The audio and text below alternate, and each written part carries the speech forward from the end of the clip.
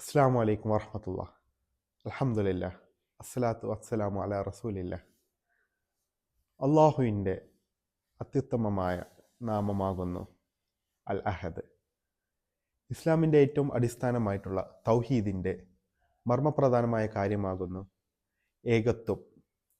അതായത് ആരാധനയ്ക്ക് ഏകനായ ഒരുവൻ, അവനാകുന്നു അള്ളാഹു.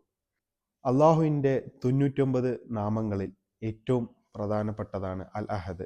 സമൂഹത്തിന് അള്ളാഹുവിനെ പരിചയപ്പെടുത്തി കൊടുക്കുവാൻ വേണ്ടി അള്ളാഹു നബി സല്ലല്ലാഹു അലൈഹി വസല്ലമയോട് പറയുന്നു, കുൽ ഹു അള്ളാഹു അഹദ്. നബിയെ പറയുക, അള്ളാഹു ഏകനാണ്.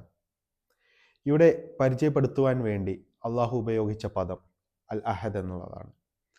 ഇതിൽ നിന്ന് തന്നെ നമുക്ക് മനസ്സിലാക്കാം അൽ അഹദ് എന്ന വാക്കിൻ്റെ പ്രാധാന്യം എത്രത്തോളം ഉണ്ടെന്ന്.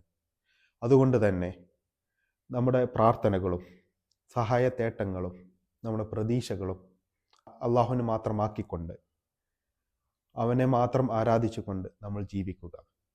അള്ളാഹു തൗഫീഖ് നൽകട്ടെ.